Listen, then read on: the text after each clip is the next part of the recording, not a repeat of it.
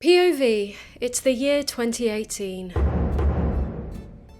You're browsing your YouTube For You page and every commentary channel under the sun has dropped a new video with two Aryan ladies in the thumbnail with text overlaid saying, "They're waiting until marriage to kiss?" And you're like, what? And they're like, yeah, look at this. Yes, I have not kissed Dave. We are saving our first kiss for when we are husband and wife, and that may be so weird to some of y'all. You might be like, I've never heard of that. Then you started to wonder if maybe we're clowning on these ladies a bit too much. They're dorky but seem harmless and just indoctrinated by their upbringing, which isn't their fault. Oh, they're homophobic? Never mind, clown on. Jesus Christ, shut up! What is going on?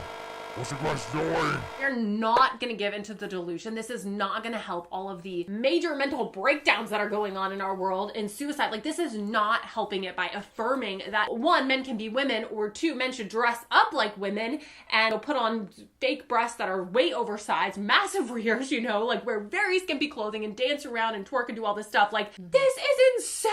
No wonder we have problems. How to be single and satisfied at the same time. Look at this description in the third person. Bethany understands what it's like to have an unmet desire. As a single girl herself, she says there are only two ways to handle your desire for marriage. Will you choose the road towards sorrow or satisfaction? Wow, Bethany, for someone who says it's sinful to hit it before marriage, you sure like to hit the mic. Because she's to be 6. Then as you're watching Bethany whack the mic, this is a long POV, bear with, the blast in your AirPods gives you such a fright you drop your phone in the toilet, and on the way to fishing it out, you bash your head onto the toilet lid and fall into a 5-year coma. Ouchie! As you awake, you hear your mother wail tears of joy and your student loans company cheer with exhilaration, and after a few coughs of finally opening your eyes, you scream out, "How was the kiss?" And your mum says, "What kiss?" And you're like, "Bethany's," and she's like, "Who's Bethany?" And then you rip off all your medical cables and run to your nearest internet cafe to find out if she finally got kissed, and you discover that not only has she finally been kissed, she's kind of become a sex influencer? What? Well, emphasis on the kinda. It's not enough to kill a Victorian child, but it is rather surprising. I'll fill you in on the context in just a second. Let me quickly introduce myself. My name is Tara Mooney, and this is the only channel on YouTube where all videos are written and produced by a cat. What is that? Can you hear that? Right in front of my couscous. I wish you could unsee things. Bethy, you owe me money for making me watch that. Pay me! On a serious note, since today's video is about the dangers of repressing sexual education, I am thrilled to announce that today's video is sponsored by Intimina, a brand whose mission is to destigmatize all things gynecological. They create period products, personal massagers, and Kegel trainers. What are Kegel trainers, you ask?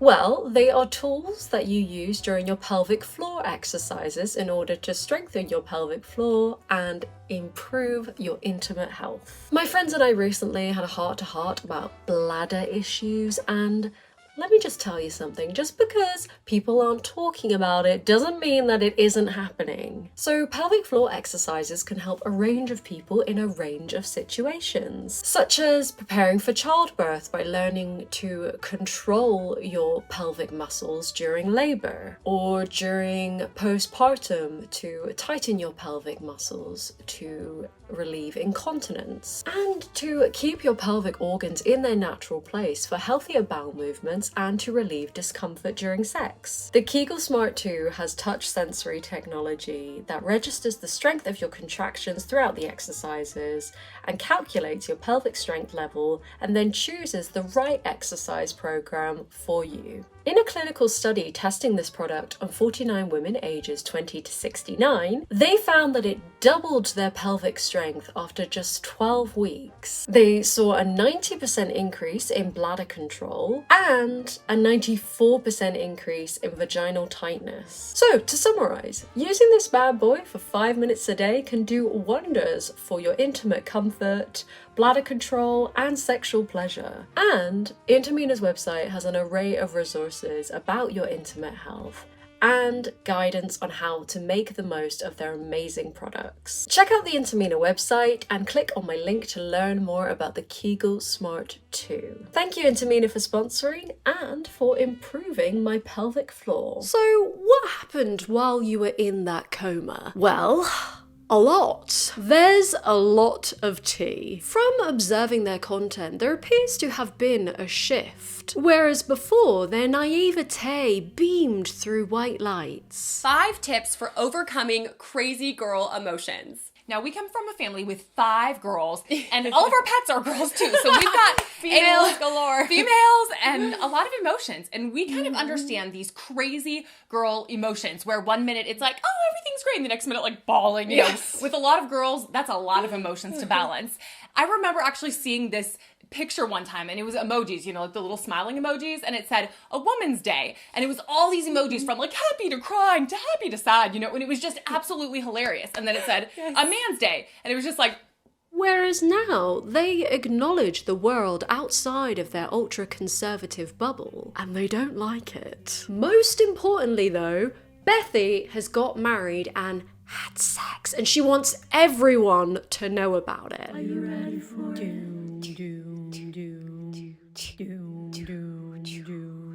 You was a robber. First time that you saw me, stealing cards and running off and never saying sorry. That's the main thing we'll be focusing on today. I mean, not that she's had sex, but more her messaging around sexuality. Basically, her influence. She's become a sex coach. Not in the licensed sense, but in the I'm gonna overshare on Instagram until your eyes bleed sense. Quite the rebrand, eh? Or is it? You know, if you want more background on what's been going on with the Chuggy girls, it would be really handy to have a YouTube channel that focuses solely on creating deep dives about fundamentalist Christians. You know, on a Friday. So I have the most special of guests. Someone who has a PhD in Girl Defined. And that is my friend Jen of Fundie Fridays. Oh, hello. How's the cow? I haven't even asked you. Oh, she's great. I'm sorry she couldn't be here today. She's actually, funnily enough, at church. Hey. Not because she's religious, but because she likes to get the free wafers. Yes, that's on brand for her. She loves free stuff, free wine. I mean, oh my God. She hoofs it down. Get it? Hoofs wine it. And cheese. But exactly, wine and cheese. Is that weird if cows eat cheese? Probably. I don't judge. Speaking of judging. Hey, I think there's a Bible verse about that, actually. Maybe we'll bring that up later. And we seem to, know about that. But, Jen, you've made 3 videos on Girl Defined. Mm-hmm. 4th is in the process. Obviously, it's a lot to cover, but just in summary, tell me about the evolution of Girl Defined in the past few years since you've been covering them. So Girl Defined is a 2-sister team, Kristen and Bethany. For the snarkers, which is the community I come from, we call her Bethy because she wants to be called that. We always respect pronouns and preferred names. Unlike her. They started the Girl Defined YouTube channel. Specifically, it was like for telling young Christian women how to navigate God's plan for biblical femininity. Made all kinds of books, podcasts, like that was their whole thing, was about, well, purity culture and modesty. And it was really funny because for the longest time, Bethy, who would have been 30 when she got married, hey, me too, her whole thing was about being a single, living your single life, remaining single girl, 30-year-old girl. I'm just a young teenage 25-year-old girl, you know. Yeah, she would always call herself a girl, and I was like, you're a woman. Well, it's because of the culture they're raised in, right? You're not really an adult until you're married. So the purity culture, it was like what you expected, but it got really egregious. Like they had this concept called a mind virgin. They didn't invent this, but like even like keeping your thoughts pure is like important because you don't want to have anything. There's also, I mean, Jesus said this, but if you lust after a woman in your heart, you're basically cheating. So I could see, you know, what they're going for. And they have a huge family. They're quiverful. And some of the sisters are on the channel, and and that's what I talk about on my channel, is all the various misadventures of the sisters. The whole family's transphobic. There's like even some like draft dodging going on with one of the sisters' husbands and the Ukraine war. Like when I tell you this is like so complicated, it's more than just these two blondes being judgmental. Like there's a whole international thing wrapped up in it. Their grandpa was a Nazi mayor. He's got a Wikipedia page about him and everything. Remember that next time you think Girl Defined is wholesome. I'm aware that it isn't their fault who their family are, but it just seems strange that they lean into it. Like, why draw attention to it? Or if you're going to, maybe don't in a cutesy celebratory way. Anywho, back to Bethy. Bethy has been on this. She's really into courses. I'm coming in hot with 5 things that women do not want anymore. She has this like business called She Works Smart. And in this business is teaching other people how to make courses that you sell. So it's like an MLM, but like you don't get anything. For someone who says women don't want to be boss babes, Bethy is doing an incredibly accurate impression of a boss babe.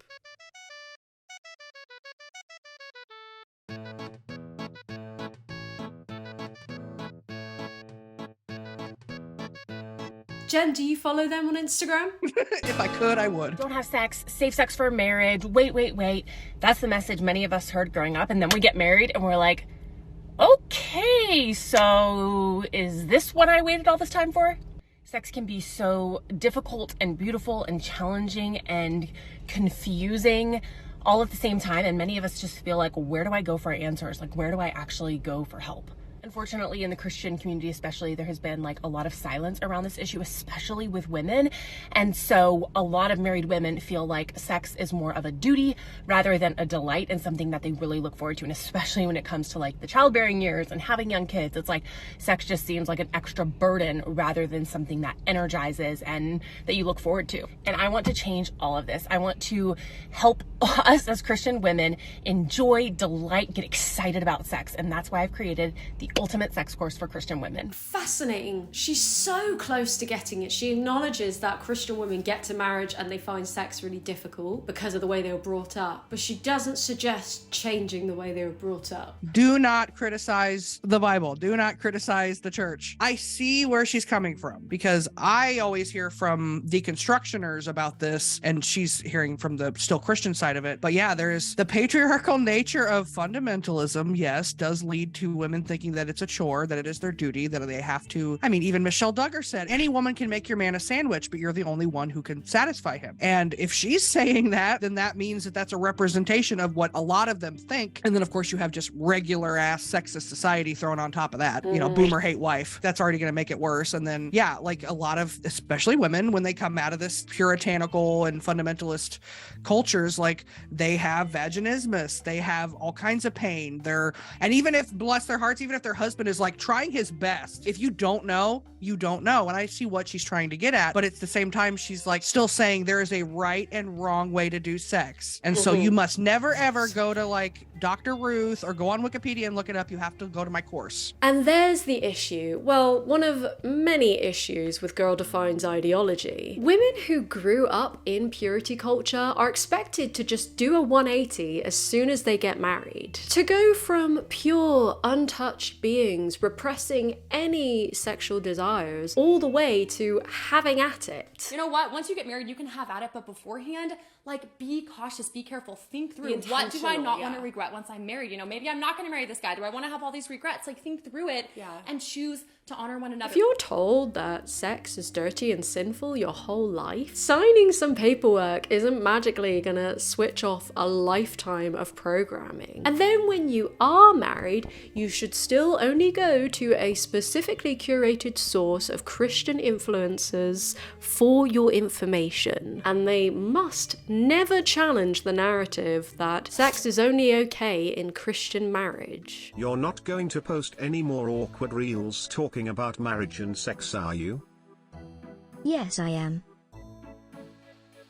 I'm not going to stop. If Christians don't talk about a biblical perspective on marriage and sex, who will? I think we're doing Christian women a major disservice by being so silent on the topic of sex. It's not helpful to be so silent. That leaves Christian women turning to the internet for help, and that's a disaster. Single women need to gain a biblical and practical understanding of intimacy. Married women need to know who they can turn to for help and answers when they need it. Let's not pretend that the world isn't shoving their perspective of sex in our faces 24/7. If we don't intentionally seek out truth, we will buy into the loudest message out there. Also, sexual struggles are really common within Christian community. Women struggle with addictions like masturbation and pornography. When the church is silent on these issues, it only adds to the guilt and shame Christian women already feel. We need to be a community that welcomes repentance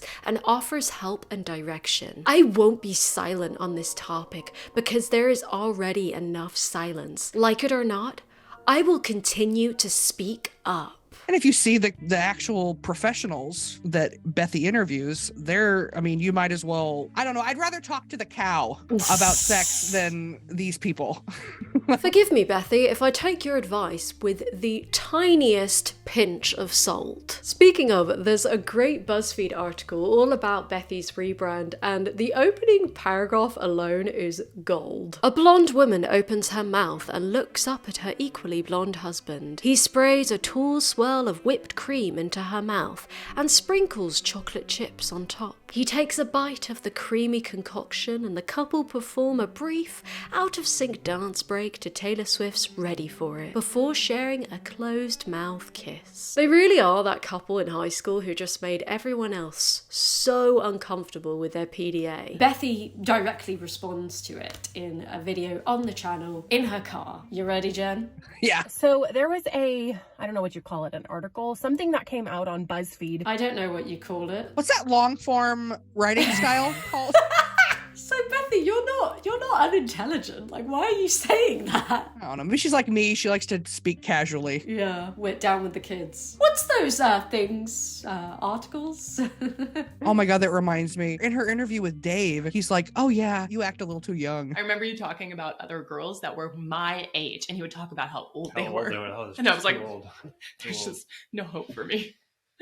You played your age down a lot. You kind of like acted young. And they lump any influencer, any ministry that talks about God's design for sex and, waiting to enjoy it within the covenant of marriage as like the worst parts. They kind of talk about it like the worst parts of purity culture are true for them too. I'd like to remind you that Girl Defined promoted the concept of being a mind virgin. Yes, a mind virgin, which in short is the idea that you must regulate your lustful thoughts, i.e. repress them. So yes, Bethy, the most conservative parts of the movement include you and the other one, Kristen. That's it. A lot of people who grew up kind of in that purity culture era with a box to live in, a lot of rules to follow, find themselves in marriage and are still looking for that box to live in and that list of rules to follow. And we actually talk a lot about this. We're going to in the Ultimate Sex Course for Christian Women.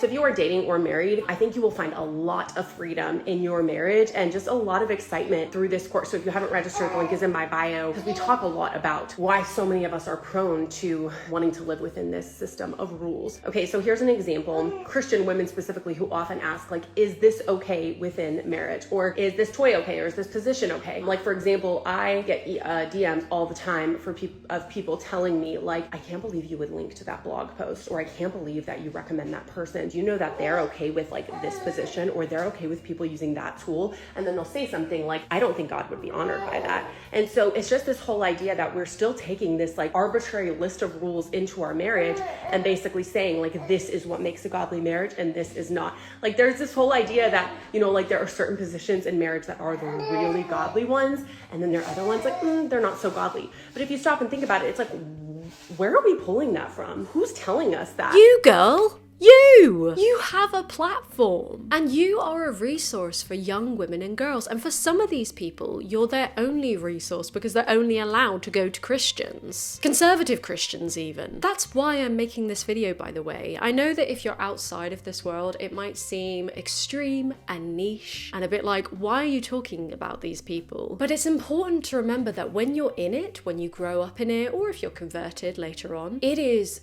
all-consuming and creates severe psychological and physical damage. And you, Bethy, have the audacity to do a shocked Pikachu face. You contributed, and still do, to purity culture. Now, you might be thinking, hey Tara, aren't you being a bit harsh? People, Stephen Crowder excluded, can change their minds. So A, they're really transphobic, so no, I don't really care.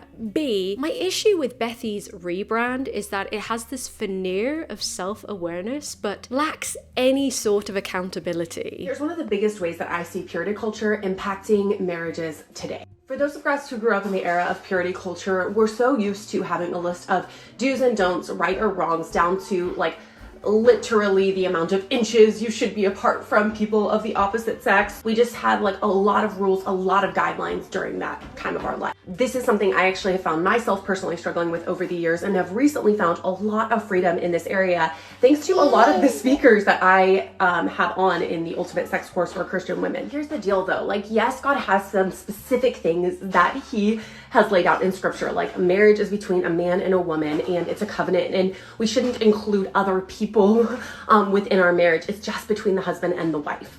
But outside of that, like we have the book of Song of Solomon, which is really spicy, but God kind of leaves it open to us and to each couple to decide what's best for them. So instead of looking to other people to tell us what's okay in our own marriages, I think we just need to talk to our spouse and figure out, like, is this something we want or not? Bethany, what about the books you wrote? Do you think you contributed in any way? Is there any repentance to be done? I'm actually very much still on board with my books and what's written in them. If you found something in them you think is unhelpful, please send it my way. I keep asking for people making these accusations to send me the places in my book where I've contributed to purity culture, and not a single person has sent me anything. Yeah, I guess other people have to do the work for you, Bethy. How about the whole thing, Bethy? Totally. I think one example is you referring to us as sexually broken. Do you still stand by that? Yes! We learned that phrase and concept from Authentic Intimacy and really love it. Like to add rules to the Bible and then apply them to your life? I sure did, and have that natural tendency of wanting to add stuff to scripture and then kind of like force myself to live by it. The hugest areas that I've done this in over the past is specifically when it comes to my thoughts and ideas about being a wife, being a mom, and then also working. I added tons to scripture about what I could and couldn't do, and now thinking about it, I'm like, I just pulled this stuff out of nowhere. This actually wasn't in the Bible. For whatever reason, I used to have this idea that the woman couldn't really help in the financial department. She just was like about the kids, about the home, but finances just weren't her thing. And now when I look at scripture, I see, wow, like the Proverbs 31 woman totally puts like God and her family first, but she also does that by being financially savvy and by just being epic in this way. And that's one of the reasons I started She Works Smart, is to help women prioritize their family, but also bring in extra income. And one of the easiest ways to do that is to start selling a digital product. So just drop the fire emoji if you want to get started. Okay. Not to be rude, but did you come to this realization before or after you and your sister wrote multiple books about Christian womanhood? Love my books on womanhood. Thankfully, I did a lot of this work before writing them. Fire emoji, fire emoji. I don't think introspection is something Bethy is capable of, so... or willing to do. Quick dog break, quick dog break. Oh, dog. What do you think? What do you think of purity culture, Siggy? Your silence is deafening, Siggy. There's even moments where they turn it back around on their audience. Can you believe that, Siggy? Women have kind of given themselves this reputation, and you see it all over the internet, of just being like less desiring. And I think we just are perpetuating that problem by giving into it, rather than going like, no, naturally I might not feel like I'm desiring, but I can change that, and I'm going to do what it takes to heal my hormones and, you know, think differently so that I can become a really sensual, erotic woman. If you do this, God will give you this. And it's almost like purity culture in some ways viewed God as a vending machine. Yeah, Like, totally. put your purity ring on, obey God, follow these rules, and everything will go well with you. And what it ended up doing, and for so many of us, is it kind of placed us at the center of our worship and almost like striving for purity in a pharisaical, self-righteous kind of way. Like, if I do this, I will be holy and godly, and then I will reap all the rewards. And sex will be my reward in marriage. Manage your expectations. If he is a God-fearing man and you're not attracted to him, I would begin to ask God to search your heart. Like, Lord, why am I not attracted to what you find attractive? God, why don't I look at what you look at? You know, why am I looking for a six-pack or you know, an MD, a medical degree? Or why do I value these worldly things, dimples or whatever? How do I find attractive, God, what you find attractive? Shame, blame, and then repeat. Also, it really irks me how she promotes this culture where sex outside of marriage, Christian marriage, is bad. You must save it for your spouse or you're sexually broken. So people rush to get married or do it way too young. Then she acts surprised when a lot of women around her don't like their husbands. Your sister even admitted to not being attracted to her husband when they were getting married. I remember when you were walking down the aisle to Zach and you whispered over to me and you were like, I'm not attracted to him, but I'm going for it. Here I go. And it's frustrating because what a lot of them don't realize is that I actually wrote a book, Sex, Purity, and the Longings of a Girl's Heart, discovering the beauty and freedom of God. Jen has the book, everyone. Jen does her reading. Jen does not skip any of the reading for class. You have that? How did you get it? I have a different one. You didn't pay for it, I hope. Or at least I got this from thrift books. Phew. This one's special because a real Fundie girl like filled it out. Incredible. She's trying to sell her book for a bit, blah, blah, blah, blah, blah. That's so funny. I did not expect her to pull her book out. Yeah, oy vey. The publishing process is extremely long, so I wrote this while I was single. Then I started dating and got engaged, and I ended up getting married, and so my name changed. I eventually moved on to Beal instead of Baird. But when I was writing this book, I was single, and I wish people would pick up this book and actually read what I had to say about sex before. Bethy, we don't have to read your whole fucking book to say that you're a hypocrite. Yeah. They view Girl Defined, or they view me as being like, I don't even know what sex is. Don't talk about sex. Don't think about sex. We just watched you do that in a reel. Bethy, you said you wouldn't kiss before marriage, which is fine, like, if that's your personal boundary, but you said it was because, like, it would lead to other things. You used the slippery slope fallacy. You know, like, and then I get married and all the time I'm like, sex is great, sex is awesome, woohoo, you know, and like party. And that's just simply not the case. I have been a huge proponent and a huge fan of God's good design for sex. And for us as married, single, any woman in any stage, understanding the purpose of sex, the purpose for intimacy, getting to the bigger reason for why God created it, which is why Kristen and I wrote Sex, Purity, and the Longings of a Girl's Heart. I don't want to pay for her course or nothing, but I am curious of the actual advice that she's giving, because she's like, on one hand, she's like, only do biblical / why are you obsessed with rules? Do what's best for you. What are you telling us? What sex tips are you giving us, please? How does she marry those 2 points? Because they are in conflict with each other. Oh, sex is great once in the confines of marriage / you can still be addicted to masturbation when you're married. Exactly. It's just... And then she's like, oh no, it's not a free-for-all. There's still rules. But then she'll say, well, why are we obsessed with these rules? Find it in the Bible. That's just like getting tattoos. Find it in the Bible. It is. I think it's important to note that we're mainly talking about Bethy here. We've barely touched upon Kristen.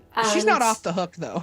She's not off the hook. No. She's still gloriously transphobic and bigoted, and we're not fans. However, and this is because you know more about this pairing than I do.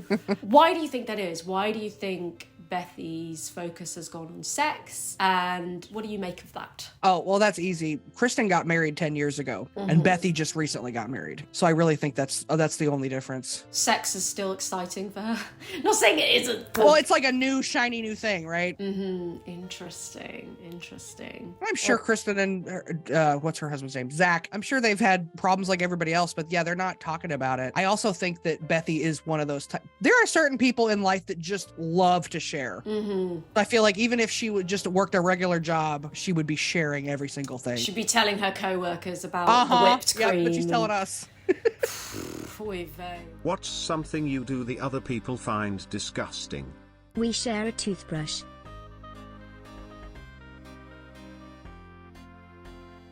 You two will share a toothbrush but not trust each other to speak to someone of the opposite sex. When Dave and I got married, we decided that we were no longer going to maintain close friendships just individually, like me with a man and him with a woman.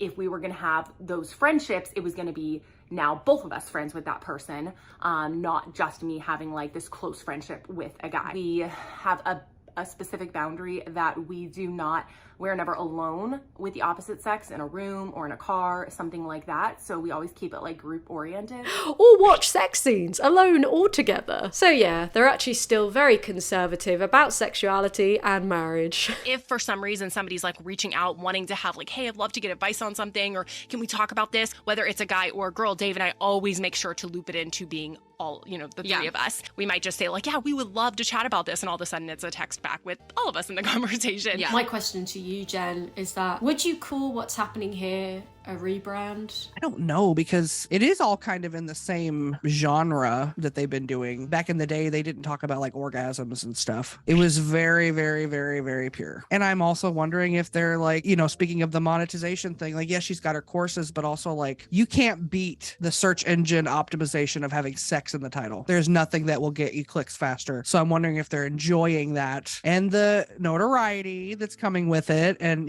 I'm sure it's given her a little boost in her step, being like, ooh, I got a BuzzFeed article about me. Perhaps calling it a rebrand is a bit of a stretch. Perhaps it's more about optics, because their message is still fundamentally sex negative. Bethy wants to reap the benefits of sexual freedom and sex positivity, while still feeling that everything she taught and went through up till marriage was worth it. I see it on this side and the benefits and the value and the fact that God didn't lie to me when he told me that this was good. I think that the only thing I would go back and do differently is really strive to gain even a more biblical perspective that would have penetrated my heart more, because I think when you're younger, you're like, okay, it can be a little bit more about the rules because you don't take the time to really strive to understand, why did God, this amazing good father, put these boundaries there for me? So I think if I could have better understood that as like an early single, late teen, whatever, I think that would have been even more helpful and given me just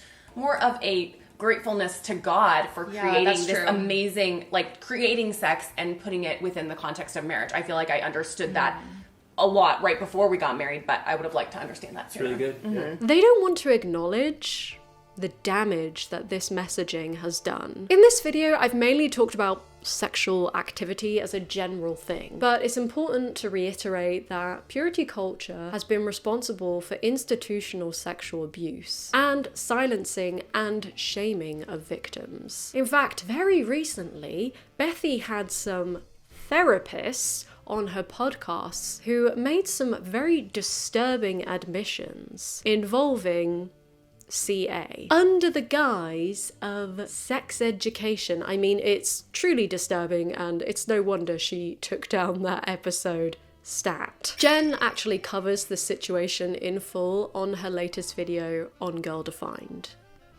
Part 4. But since that's extremely heavy and has already been covered really well by my friend Jen, I just want to go back to the general sex messaging behind Girl Defined's ministry. You can enjoy sex, just under very specific circumstances. The benefits that come from sex are not permitted if you're gay, trans, unmarried, non-monogamous, a sex worker. Oh, speaking of, Kristen had the audacity to make an Instagram reel about OnlyFans,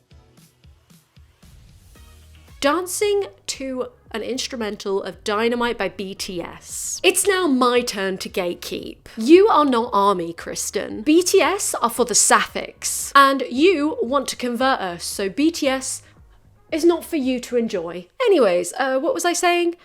Basically, their fundamental beliefs are still very much the same. Bethy just wants to move the goalpost slightly in order to suit her. There's no real desire to fix purity culture as a whole. Another thing that I think of is that, we can look on at purity culture or the purity movement tones in a lot of these books and we say, wow, I do not like the way that you said that, or I do not like the way that you presented purity or the way that you presented this idea of relationships. And because we don't like their tone or the way someone is presenting something, we say, well, I'm going to kind of ditch the whole biblical model behind that because I don't like the way that you're talking. And so I think instead of saying, okay, I don't really like the way that you're talking, so I'm going to ditch everything, look a little deeper and say, is there any truth? Is there anything that should be held on to? Should I take anything that actually comes from the Bible with me and leave the other stuff behind? But sadly, I think a lot of us, it's like, well, we didn't like the tone, we didn't like what was being said, so we're kind of like, I'm going to ditch Throwing it all, everything out. rather than looking to God's word and saying, okay, was there anything biblical? Was there any doctrine, any theological being able to truth? sift through. Yeah. Because if they were to truly challenge how they were brought up, that would mean having to interrogate their whole ideology, and well, we can't have that, can we? Where do you think they'll be down the line, maybe 5 years down the line? Do you still think they'll be doing this? Absolutely. Oh, I don't think yeah? they're going anywhere soon. Kristen might fuck off. I feel like she might go do something else and never speak to Bethy again. But I mean, they're already getting the next generation going. Like they do videos with their younger sisters all the time. Right, so there might be a takeover, they might be passing the torch. And also you've said this, Trixie Mattel has said this, they don't seem to always get along very well. No. They have an active animosity towards each other. You got married young. You didn't have as many first date opportunities. Young compared to me.